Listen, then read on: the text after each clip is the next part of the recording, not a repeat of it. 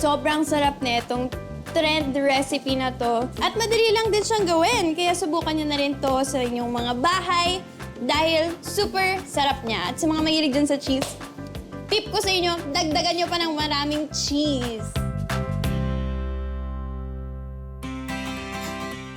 Ngayong nasa huling buwan na tayo ng taon at nalalapit na ang Pasko, kabi-kabila na ang mga shopping bazaar na makikita natin sa buong Pilipinas. Bukod sa pamimili ng mga pangregalo ay isa din sa mga pinupuntahan ng mga mamimili ay ang mga food bazaar.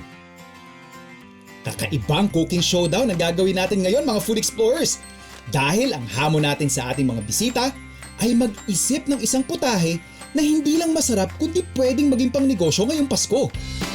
At kumasa sa ating hamon, ang mga resident food explorers natin na sina Shuvi Etrata at Cheska Fausto.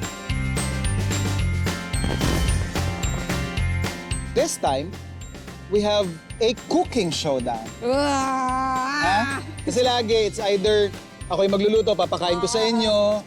Cheska pupunta sa restaurant, ikaw yung pagsisilbihan this time. Ako naman yung hari, ha? The tables have changed. Yes, ma'am. It's the other way around.